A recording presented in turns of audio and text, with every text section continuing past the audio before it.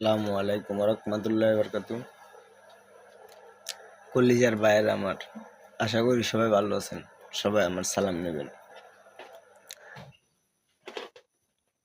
কিছুক্ষণ আগে একটা নাটক দেখলাম, মার্জুক রাসেলের বাহিনিয়া নাটকটা করছে। যেইগুলা ভাই বেতার খুলে রাখছি, ওরা পায়খানা করছে, পায়খানা পরিষ্কার করছে।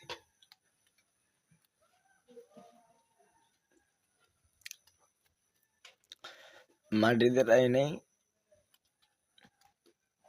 কষ্ট পাবে বলে।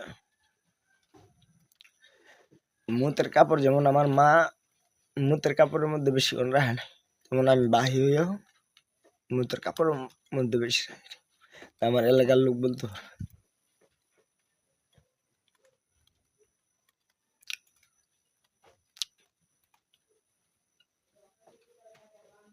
যে সেই ভাইগুলো যেদিন কষ্ট দিবে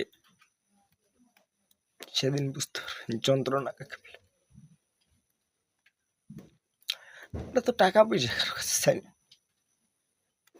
চাই অন্তর থেকে ভালোবাসলো, এটাই ব্যতীত কারো কাছে কিছু চাওয়ার মতো কোনো কিছু নাই। যাদেরকে কোলে কাঠা করে মানুষ করছি, যাদেরকে কান্দের মধ্যে রাখছি, তারাই বলছে গর্দন কাটে নেবে।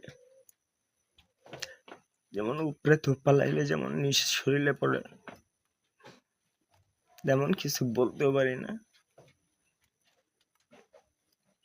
সইতেও পারি না। ভিতরে ভিতরে যন্ত্রণাটা কুরে কুরে খায়। তাই বলি দূর থেকে ভালোবাসবেন, কাছে ভালোবাসার দরকার। বাইরে ফালাইয়া দিবেন তা তো না, ফালাইয়া দেওয়ার মতো তো না।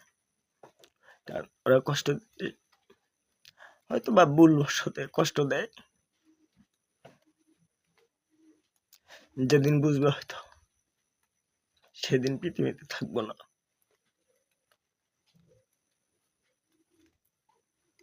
ওদের জন্য আমার কষ্ট লাগে।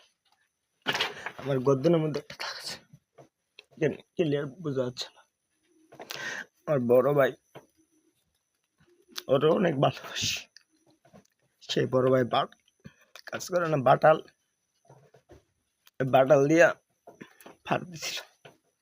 এখন এখানে 4টা শিলির আছে। তখন আমি ছোট ছিলাম, বড় ছিলাম।